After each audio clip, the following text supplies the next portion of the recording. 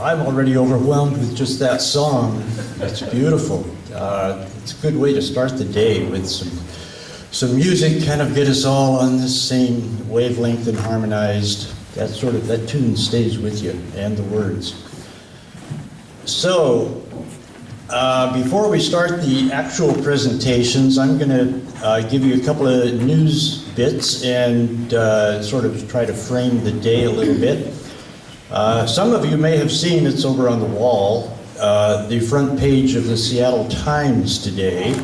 Above the fold, big picture about the breakthrough that was announced yesterday morning from NOAA, that they have agreed to include Lolita, captured in 1970 right here in Penn Cove, for anyone who isn't familiar with her story by now.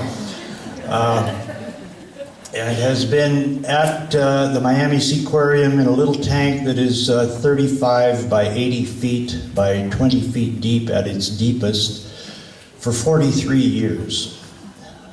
For the last 33 years, all by herself. That's really hard to imagine. But in the last 2 years, she has a team of lawyers.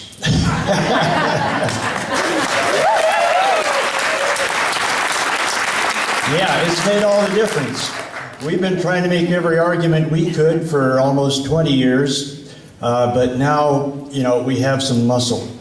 And they have filed petitions. There are 2 suits still pending, because this is still pending. I mean, this was a major announcement that they do intend to include her in the language of the ESA that lists her family, the Southern Resident Community, as endangered since 2005. She is now acknowledged as a member of her family. That's good. But there is some language in the Federal Register that will be published Monday, but NOAA sent it out with their announcement yesterday, that says that captivity per se is not a violation of the ESA. So that's not a problem, and it really doesn't elaborate on what for. So it just kind of leaves it at that. And it also says that releasing a member of an endangered species is a violation under the ESA. What? Yeah, I mean, that sort of, taketh away right after they giveth. So that's very problematic language. Lynn Berry, who will be here this afternoon if she's not already, she'll be on the panel this afternoon, is pretty much the point person at NOAA for making that determination. I'm sure she didn't write all that language herself, but she is, very crucial in that, and she's an old friend of ours. So it really is a very positive step, but there's still a comment period, and it really will be a year before it's final. The comment period goes until March 28th. And what it appears that we need to do is what we've been trying to do all this time, but now in a very compressed, very power-packed few weeks, is to convince NOAA and the world that she is likely to be harmed if she stays in captivity. You can't harm a member. They have to say that, as the Seaquarium, where she is, has always been saying, is that she's perfectly fine there. So we have to show that although miraculously she is in good health, that captivity harms. It's just incredible that she's in good health, but as long as she is, she can come home for sure. But captivity per se, look at all the history of it, it's dangerous. And that returning her to her home waters for a very phased retirement program is safe. That there is no stage of that whole project that is dangerous to her, that would be likely to harm her. Given all the options of swim free or stay and all of the very gradual phases of returning her to her native habitat. So that's sort of the challenge. The consensus has been, and it's been largely fueled from the industry itself, the theme park industry, that it'd be a death sentence for her to come home. So we really have to reverse that. And I think NOAA is receptive. And what Lynn Berry said in that same article in the Seattle Times, I think is very promising. It is basically that they're still assessing. They need to hear from people. And, they're going with conventional wisdom, but it could be different. So anyway, I think there's a lot of daylight there. And so we'll be talking to Lynn about that. The other thing I want to talk to you about is something that's become known as the blackfish effect, which is really interesting, really incredible. People make documentaries, and usually they go to film festivals and then they drop off the face of the earth. But this one, a year ago, just 1 year ago, it premiered at Sundance Film Festival and got rave reviews in the first day. That's good. And then within a week, CNN and Magnolia Pictures had partnered to pick it up. And that was, of course, very promising. That gave it a theatrical run. And it showed on CNN this fall, 14 times to my account, which is great.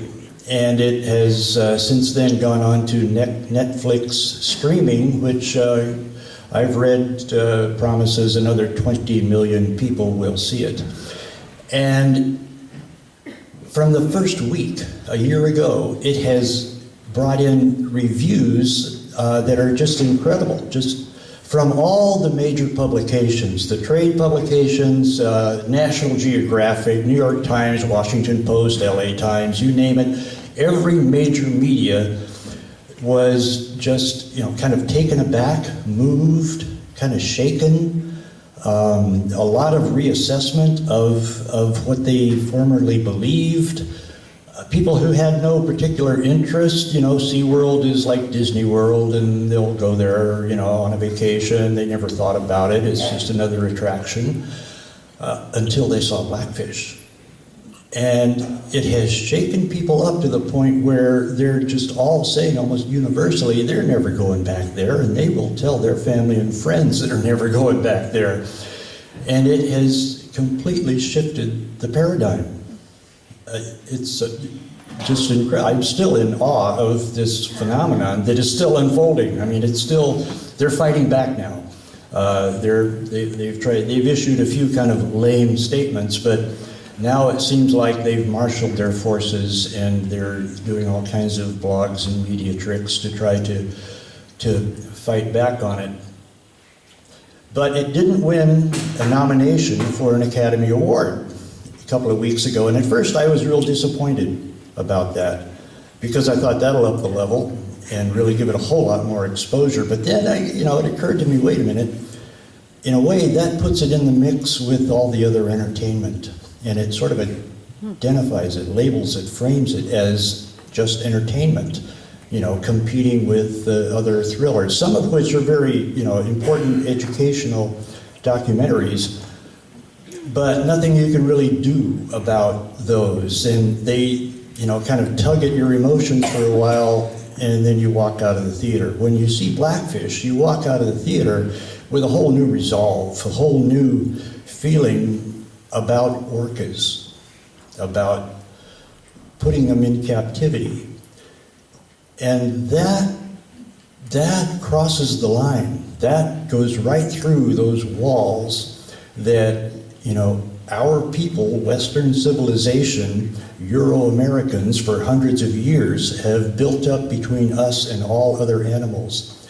And Blackfish goes right through that and says, these animals need our help. They feel, they know where they are. They are just as capable as we are in every way, and we enslave them and brutally abuse them, in effect, and call it entertainment.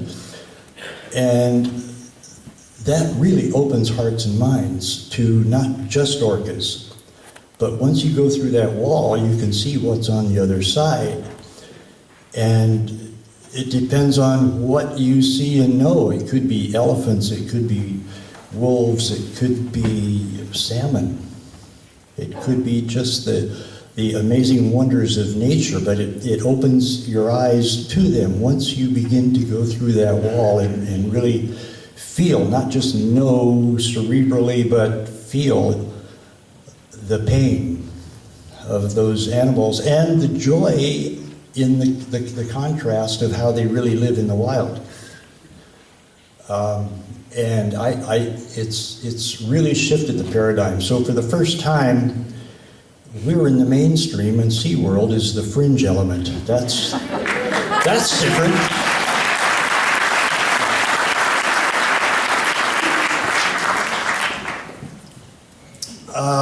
So back to the here and now. Today's program is